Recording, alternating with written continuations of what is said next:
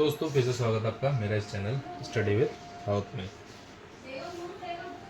तो हमारा टॉपिक चल रहा है अभी उत्तराखंड का भौगोलिक विभाजन। तो हमारा जो चल रहा है अभी 5 हमने यहाँ पे डिस्कस कर चुके हैं। ठीक है, जो हम डिस्कस कर रहे हैं जो उत्तराखंड का भौगोलिक विभाजन हो धरातलीय विन्यास के आधार पर हम अभी डिस्कस कर रहे हैं। जो धरातलीय विन्यास उसके ये 8 भाग हम डिस्कस कर रहे हैं, जिसमें 5 हम डिस्कस कर चुके हैं शिवालिक क्षेत्र तक, और आज है हमारा भावर क्षेत्र। दोस्तों भावर क्षेत्र जो है मेन यह जो है तराई क्षेत्र है। तराई क्षेत्र अभी हम अगला हम डिस्कस करेंगे, सातवां जो होगा हमारा तराई क्षेत्र, और वो ये शिवालिक क्षेत्र जो हम डिस्कस कर चुके हैं। शिवालिक क्षेत्र ठीक है। तराई क्षेत्र और शिवालिक क्षेत्र के दक्षिण के भाग को, ठीक है, के दक्षिण के भाग को, ठीक है, ये दक्षिण के भाग को ही हम क्या कहते हैं, भावर क्षेत्र कहते हैं। ठीक है, भावर कहते हैं।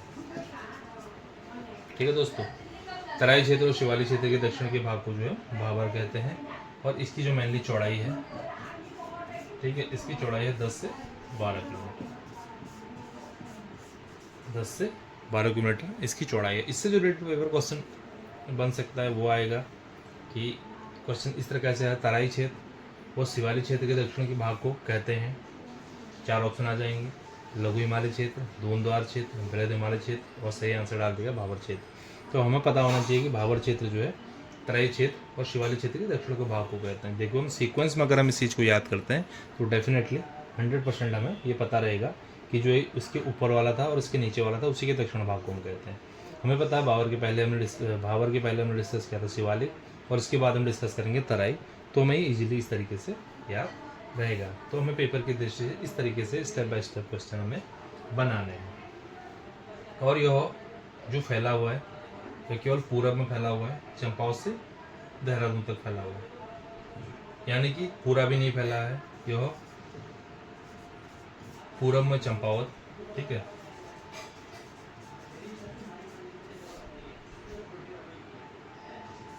ठीक है, पूरब में चंपावत से और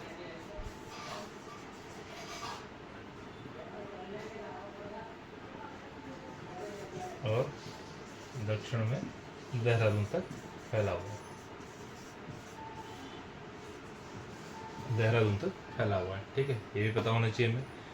क्वेश्चन बन सकता है कि पूरब में चंपावत से दक्षिण तक देहरादून तक कौन सा क्षेत्र फैला हुआ है, तो भावर क्षेत्र हमारा फैला हुआ है।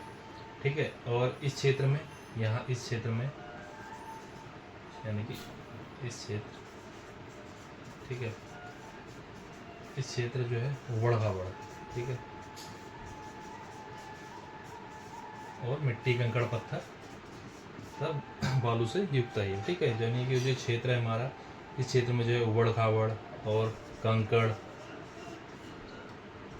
पत्थर तथा क्या है यहाँ पे, मोटे बालू तथा मोटे बालू से युक्त। मतलब ये है, इस क्षेत्र पर मेनली आपको पता होना चाहिए कि इस क्षेत्र में, भावर वाले क्षेत्र में, यहाँ पे मेनली उबड़ खाबड़ कंकड़ पत्थर तथा मोटे बालू हैं यहाँ पे। ठीक है, तो क्वेश्चन बन जाता है कि क्षेत्र में उबड़ खाबड़ कंकड़ पत्थर और बालू हैं, तो ये 4 ऑप्शन डाल देगा, इसमें सही ऑप्शन भी डाल देगा भावर क्षेत्र। तो ये हमें मेनली पता होना चाहिए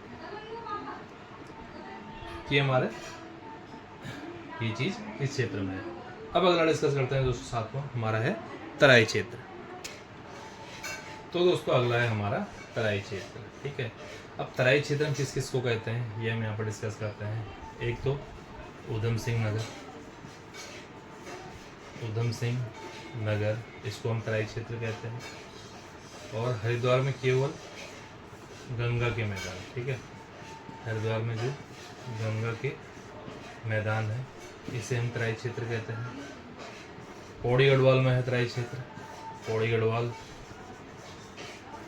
और नैनीताल, यानी कि नैनीताल के भी कुछ भाग को, पूरा नैनीताल को तो नहीं कह सकते, नैनीताल के कुछ भाग को, ठीक है, ये हमारा तराई कहा जाता है। तराई, ठीक है, ऊधम सिंह नगर, हरिद्वार में गंगा के मैदान को, पौड़ी गढ़वाल और नैनीताल के कुछ भाग को हम क्या कहते हैं, तराई कहते हैं। अब इसकी चौड़ाई जो है दोस्तों इसकी चौड़ाई है 20 से 30 किलोमीटर, ठीक है। इसकी चौड़ाई 20 से 30 किलोमीटर है। और इसके जो यहाँ पे होते हैं ना, इस तराई क्षेत्र में जो भूमि होती है यहाँ पे, वो बिल्कुल महीन कण होते हैं, ठीक है।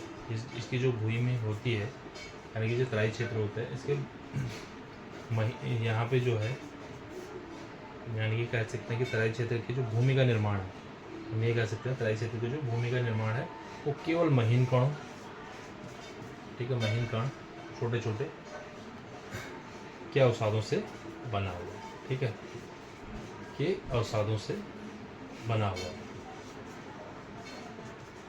ठीक है, बना है। यानी कि तराई क्षेत्र के जो भूमि का निर्माण हुआ है वो महीन कणों व अवसादों से बना हुआ है। दोस्तों यहाँ की जो भूमि होती है, यहाँ की जो भूमि होती है वो दलदली होती है, नहीं, यहाँ की भूमि दलदली होती है, इसीलिए ये क्षेत्र जो है ना मैदानों से अलग है। मैदानों से अलग क्योंकि यहाँ की जो भूमि होती है वो दलदली होती है, यहाँ की जो मिट्टी होती है वो दलदली होती है, इसलिए मैदान से अलग है। इसलिए यहाँ पे क्या होता है, अधिक पानी होता है।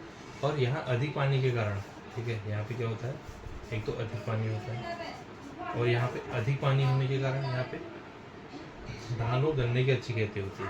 आपको पता है धान व गन्ना के लिए अधिक पानी चाहिए होता है, जहाँ पे ज़्यादा पानी होता है, ठीक ठाक पानी होता है, वहीं पे धान और गन्ने की खेती होती है। तो यहाँ पे अधिक पानी है तराई क्षेत्र में हमारा, हमने बताया कि महीन कोण और अवसाद है यहाँ पे, ठीक है। और हमने अभी जो बताया था कि यहाँ की जो भूमि है वो दलदली है, ठीक है, दलदली है, पानी ज़्यादा है, इसलिए यहाँ पे धान और गन्ने की अच्छी खेती है। और हालांकि और खेती भी यहाँ पे होते हैं, गेहूँ भी, आलू की खेती भी होती है, वो भी यहाँ पे होते हैं, ठीक है, लेकिन अधिक मात्रा में यहाँ पे धान और गल्ला हो जाता है। लेकिन इस क्षेत्र में एक चीज़ और है दोस्तों, इस क्षेत्र में जो रहता है, इस क्षेत्र में पाताल तोड़ कुएं पाए जाते हैं दोस्तों, पाताल तोड़ कुएं,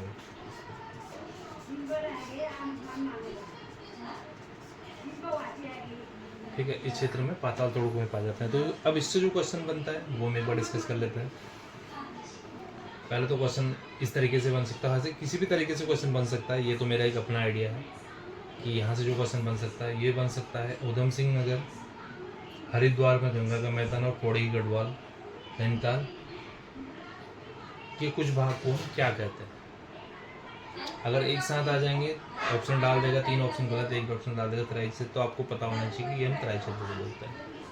क्वेश्चन आ जाएगा दोस्तों तराई क्षेत्र का चौड़ाई कितनी है, सही ऑप्शन डाल देगा, ये भी डाल देगा, तो आपको पता होना चाहिए 20 से 30 किलोमीटर। क्वेश्चन आ जाएगा दोस्तों छोटे छोटे महीन कण और अवसादों से कौन सा क्षेत्र बना है, तो तराई क्षेत्र। अब यदि ये क्वेश्चन ही बन सकता है कि किस क्षेत्र में सबसे ज़्यादा पानी है, तो तराई क्षेत्र। क्वेश्चन आ जाएगा दोस्तों तराई क्षेत्र में किसकी खेती ज़्यादा अच्छी होती है, धान और गन्ने। और ये भी क्वेश्चन बन जाएगा किस क्षेत्र में पाताल तोड़ कुएं पाए जाते हैं, तो हमें पता होना चाहिए तराई क्षेत्र में पाताल तोड़ कुएं पाए जाते हैं। तो इस तरीके से हमारे क्वेश्चन बन सकते हैं। अब लास्ट और जो 8वां है हमारा, वो देखते हैं गंगा का मैदानी भाग। अब अगला दोस्तों गंगा का मैदानी भाग। अब दोस्तों गंगा का मैदानी भाग मेनली आता कहाँ पे, ये आता है जो दक्षिणी हरिद्वार है, इसका अधिकांश भाग, ठीक है, दक्षिणी हरिद्वार का अधिकांश भाग को ये गंगा का मैदानी क्षेत्र का ही हिस्सा है, ये उसी में आता है, ठीक है। यह क्षेत्र जो है अत्यंत उपजाऊ है, ठीक है, तो यह क्षेत्र क्या है, अत्यंत उपजाऊ।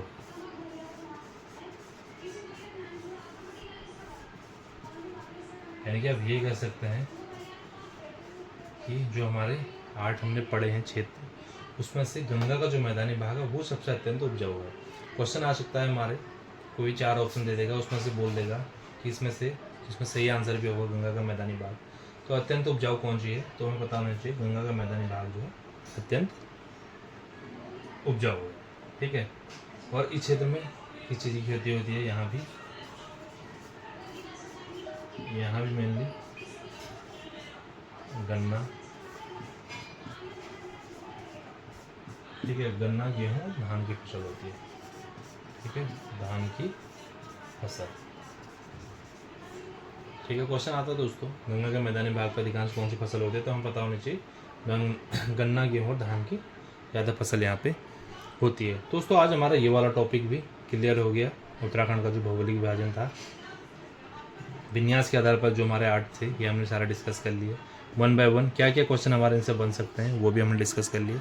तो उम्मीद करता हूँ दोस्तों टॉपिक आपको अच्छा लगा होगा। अच्छा क्या लगा दोस्तों ये टॉपिक, अब अच्छा लगे या ना लगे, पेपर की दृष्टि से है तो हमें पढ़ना ही है, तो हमें उसके रिलेटेड तैयारी करनी है। तो किस तरीके से हमारे क्वेश्चन बन सकते हैं ये हमने डिस्कस किया। हालांकि उससे अलग तरीके से भी क्वेश्चन बन सकते हैं, लेकिन अगर हमें पता हो, हमने पूरा पढ़ा हो, तो हम इजीली वहाँ पे ऐसे 4 ऑप्शन होंगे तो सही आंसर हम जज कर सकते हैं। तो उम्मीद करता हूँ वीडियो अच्छी लगी होगी। समझ में आए तो एक बार देखें, 2 बार देखें, बार बार देखें। कुछ डाउट आए तो कमेंट करें। तो दोस्तों मिलता है अगली वीडियो में कुछ और टॉपिक के साथ। तब तक के लिए बाय बाय।